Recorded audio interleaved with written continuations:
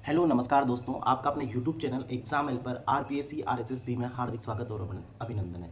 साथियों, आज हम बात कर रहे हैं आरपीएससी द्वारा आयोजित होने वाली भर्ती परीक्षा संस्कृत शिक्षा विभाग सेकंड ग्रेड जो भर्ती परीक्षा है साथियों, जिसका एग्ज़ाम जो है मेरे दोस्तों दिसंबर में होने वाला है। 28 दिसंबर से 31 दिसंबर को उसकी तिथि जारी कर दी चुकी है। तो साथियों, अब देखना ये है कि एग्ज़ाम जो है वो दिसंबर के महीने में सामने खड़ा है और आज अपन यहाँ पर 23 सितंबर 2024 को ये यूट्यूब पर इस वीडियो के माध्यम से एक चर्चा कर रहे हैं। तो साथियों, देखा जाए अगर मोटा मोटा हिसाब देखा जाए तो अभी अपने पास एक तो यहाँ पर अक्टूबर का महीना बच रहा है, एक नवंबर का महीना, और जो 26 दिन जो है मेरे दोस्तों वो दिसंबर के हैं, और ये जो 7 दिन जो बच रहे हैं मेरे दोस्तों वो सितंबर के हैं। तो कुल मिलाकर अपने पास यहाँ पर 95 यानी कि 95 दिन जो बचते हैं साथियों अपनी तैयारी के लिए बचते हैं। अब प्रश्न ये उठता है कि 95 दिन में आप अपनी तैयारी को कैसे इतनी सुनिश्चितता के साथ करें कि आपका अच्छा सिलेक्शन हो, क्योंकि सभी चाहते हैं, तैयारी करने वाला प्रत्येक परीक्षार्थी चाहता है कि मेरा सिलेक्शन हो।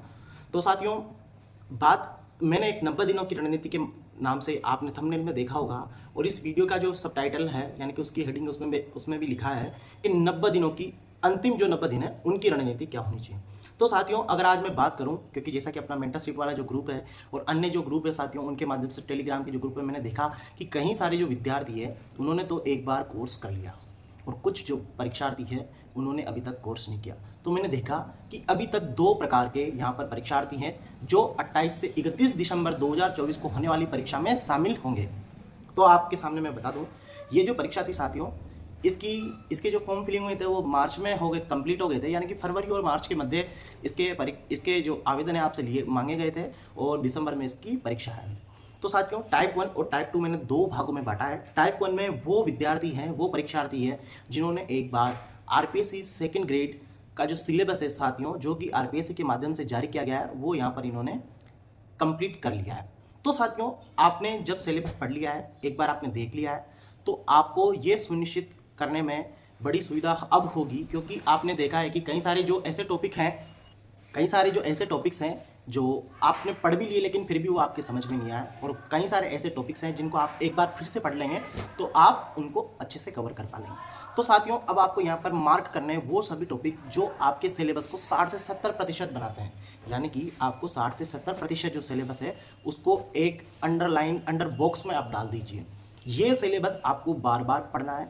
इसी सिलेबस के जो टॉपिक्स हैं उनको आप बार बार कवर करते रहिए, क्योंकि जब 60 से 70% जो सिलेबस है आप उसको बार बार कवर करेंगे तो ये जो है आपको एक मोटा वेटेज आपके सिलेक्शन में रोल प्ले करेगा।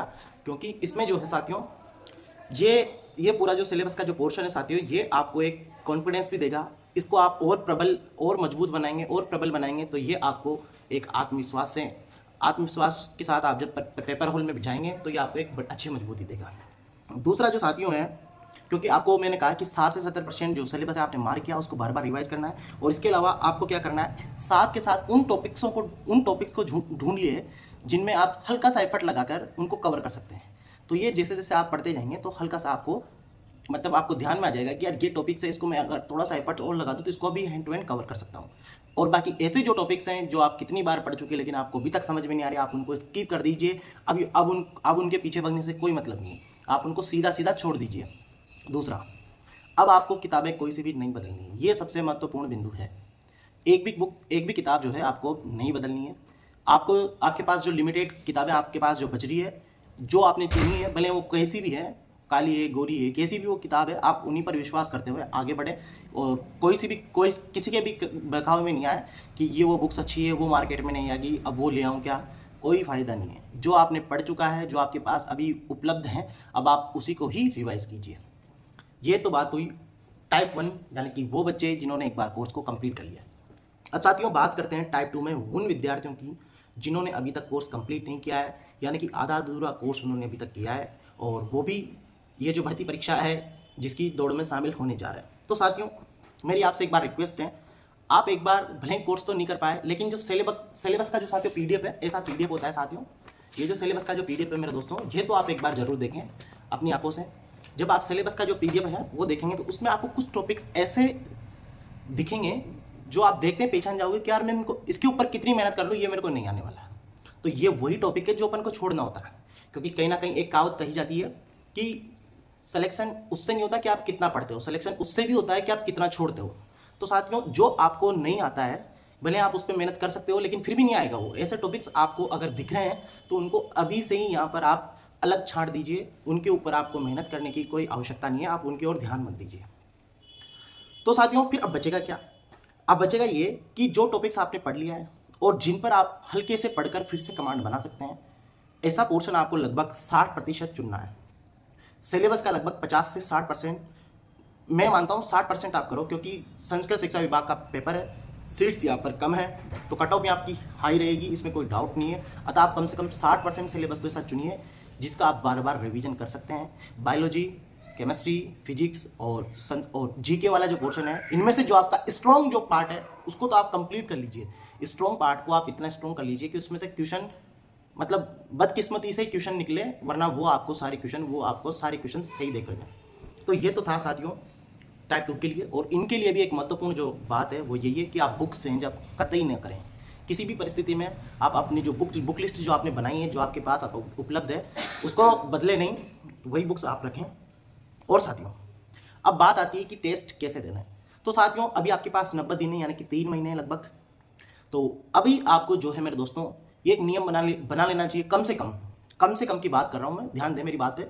5 से 7 दिन में एक टेस्ट दोनों पेपर का दें, जीके वाले पेपर का भी दें और सब्जेक्ट वाले पेपर का भी दें। अब चाहे वो सब्जेक्ट जैसे जो परीक्षार्थी आज भले संस्कृत का हो तो ठीक, सामाजिक का हो या फिर हिंदी का हो या फिर साइंस का हो, वो सभी परीक्षार्थियों से, या विज्ञान का हो, मैथ का हो, सभी परीक्षार्थियों से मेरा निवेदन है कि आप अभी जो है कम से कम 5 या 7 दिन में दोनों के एक टेस्ट तो जरूर दें।